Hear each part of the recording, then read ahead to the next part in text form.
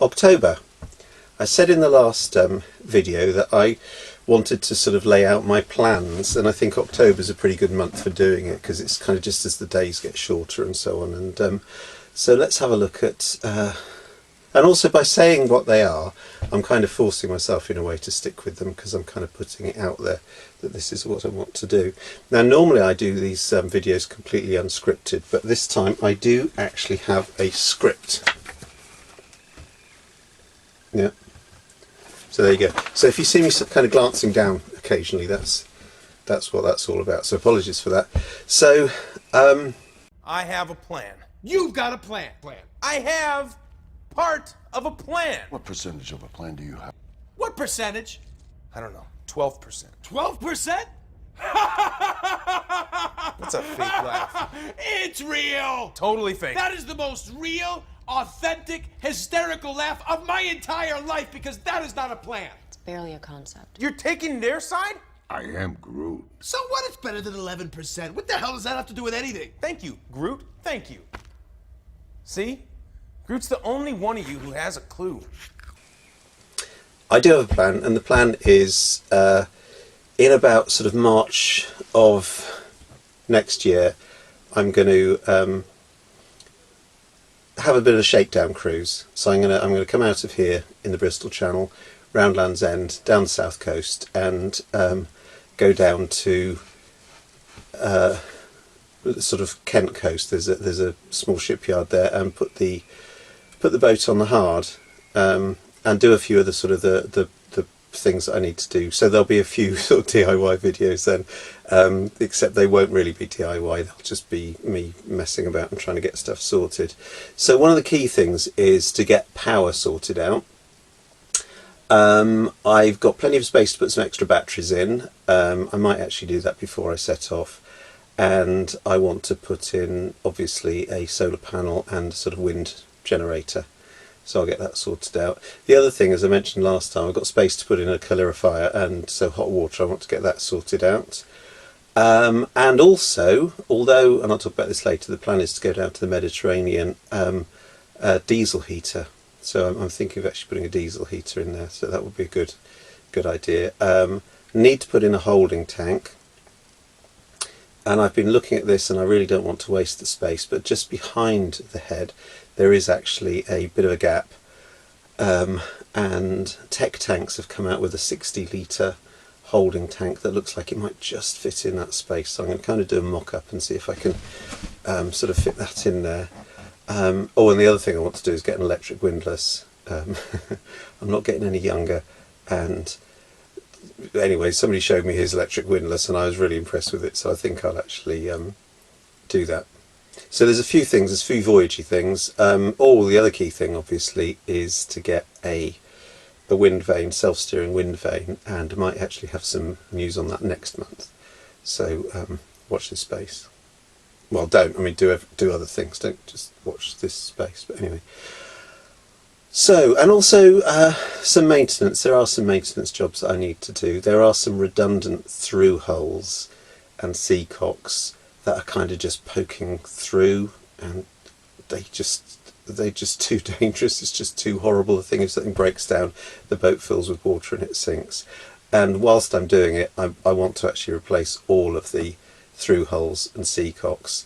The ones in the engine room, when the engine got replaced, they got done last year, and I just feel a lot better about that. The whole of the hull integrity I want to kind of sort out. There's standing rigging. I might even replace all of that. Running rigging, some of it's new, some of it isn't, but that will be sort of sorted out. I want to varnish, well I don't want to do it to be quite honest, because it's the job I hate the most, but the woodwork, there's loads of woodwork in here. Some of it's varnish, some of it's oil, and I haven't got a clue to be quite honest, so if anybody can give me any good suggestions of a sort of an easy way of doing all the varnishing. Obviously the easy way is to win the lottery and pay somebody else to do it, but the varnishing is going to be done. And the port lights, port lights here and in the main cabin, and also the hatch, they're going to be resealed. I'm going to put grab rails in the roof. There's a few things like that to do, and strip her completely back underneath the waterline, redo the the keel joint, I don't think I need to sort of separate the keel off, but if I do, then I do. What else do I need to do? Any other suggestions? Any things that people can think I need to do? Then yeah. So that's obviously anti-foul and all that sort of stuff. Okay, so that's kind of the first part really, which is to spend even a month or so. It doesn't really matter, sort of going around to the south. But the key thing about that is that I'm kind of planning to go into retirement or semi-retirement next year. So I can spend a few years doing this. So the timescales from then on can kind of get elongated. So after I've got the boat voyage ready, hopefully, few options there, but the main thing that I want to do is I want to kind of get down to the Mediterranean, and in particular, and you might have seen this behind me in a few videos, Greece.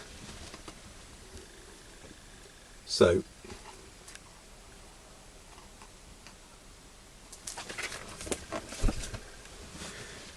the Ionian, the Saronic, the Aegean, etc. But there's also plenty of places to see on the way, and one option might well be to actually get down to the south of France and even spend a year in a marina down there, or even Sicily, or possibly even so, whatever. But the Mediterranean is kind of the playground. So I'm going to go from 39 foot, that's sort of 12 metre tides, down to tides which are literally about sort of 5 centimetres. There's almost no tide at all in the Mediterranean, which will be an amazing sort of change. Different options there: either from the south, go through the French canals, take the mast down, obviously, go through the French canals and actually make a bit of a journey of that and stop off at some lovely little French places and enjoy the food and so on. The problem about that, I've spoken to somebody else in the marina who did that, and he actually spent a year doing it and then did it all again. So he barely put his mast back on.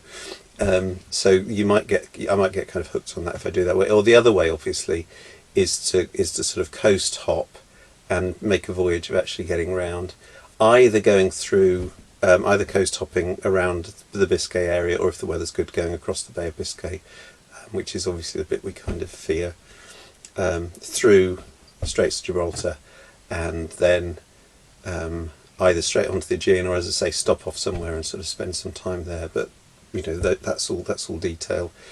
How long for? As long as possible, as long as the funding lasts, really. Ultimately, well, you know, there's a part of me that really, it's such a shame, because you go down to the sort of bottom right hand corner of the Mediterranean and you've got the Suez Canal, which opens up to all sorts of wonderful things, but I don't really need to tell you what the problems are about going through the Suez and that stretch of water down there. Not the safest part of the world at the moment. And you see a pirate flag, and it's not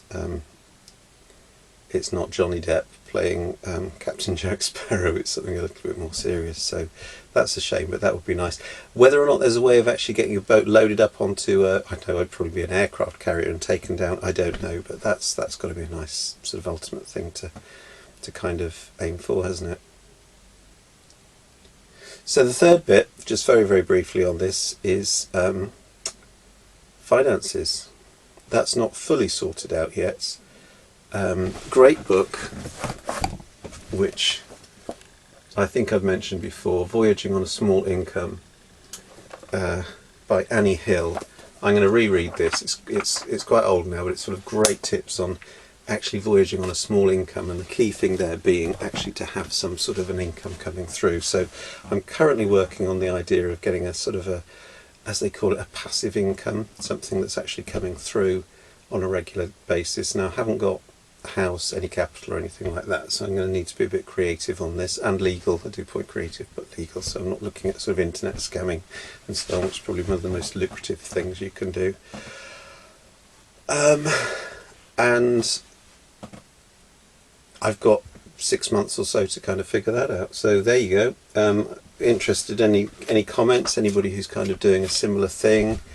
Anybody who's done a similar thing? Just very interesting. So sorry, it's a little bit of a boring video this week, but it was kind of, this month, it's kind of I think something I had to do to actually, where are these meanderings of this grey-eyed old bloke going? Well, they're going towards the Mediterranean.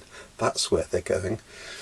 So I shall see you next month, and I hope it's going to be a more interesting one, actually, because I've got an interesting little project up my sleeve, but I don't want to say too much about it in case it doesn't come out. So it's a nice little technical thing, and it's to do with voyaging. So okay, see you next month. Thanks. Bye.